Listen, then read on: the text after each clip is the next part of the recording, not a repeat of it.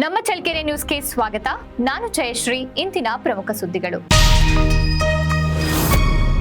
ವಿಶೇಷ ಚೇತನರು ಎಪಿಡಿ ಸಂಸ್ಥೆಯ ಸೌಲಭ್ಯಗಳನ್ನು ಪಡೆದುಕೊಂಡು ಉತ್ತಮ ಆರೋಗ್ಯವನ್ನ ಕಾಪಾಡಿಕೊಳ್ಳಲಿ ಎಂದ ತಾಲೂಕು ಆಡಳಿತ ವೈದ್ಯಾಧಿಕಾರಿ ಡಾಕ್ಟರ್ ಕಾಶಿ.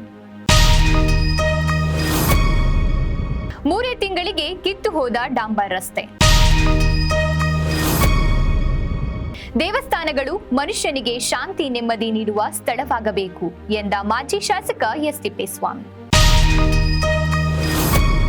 ದೇವರ ಎತ್ತುಗಳು ಭಗವಂತನ ಸ್ವರೂಪ ಎಂಬುವುದು ಈ ಭಾಗದ ನಂಬಿಕೆ ಎಂದ ಮಾತಾಜಿ.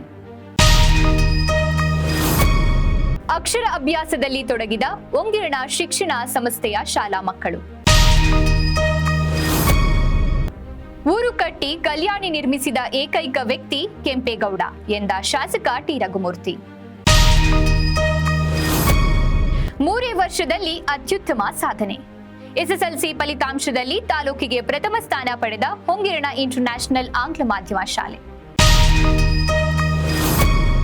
ಇತ್ತೀಚಿನ ದಿನಗಳಲ್ಲಿ ಆಂಗ್ಲ ಭಾಷೆ ಅಂತಾರಾಷ್ಟ್ರೀಯ ಮಟ್ಟದಲ್ಲಿ ಪ್ರಮುಖ ಭಾಷೆಯಾಗಿದ್ದು ಎಲ್ಲ ಮಕ್ಕಳು ಇದರ ಸದುಪಯೋಗ ಪಡಿಸಿಕೊಳ್ಳಬೇಕು ಎಂದ ಎಸ್ಡಿಎಂಸಿ ಅಧ್ಯಕ್ಷ ಸಿ ಯಲ್ಲಪ್ಪ.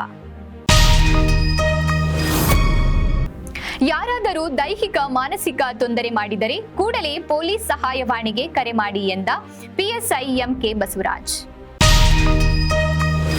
ತಾಲೂಕು ಪಂಚಾಯಿತಿ ಸಭಾಂಗಣದಲ್ಲಿ ಜಿಲ್ಲಾ ಪಂಚಾಯಿತಿ ಮುಖ್ಯ ಕಾರ್ಯನಿರ್ವಾಹಕ ಅಧಿಕಾರಿ ಎಸ್ಜೆ ಸೋಮಶೇಖರ್ ಅಧ್ಯಕ್ಷತೆಯಲ್ಲಿ ನಡೆದ ಪ್ರಗತಿ ಪರಿಶೀಲನಾ ಸಭೆ.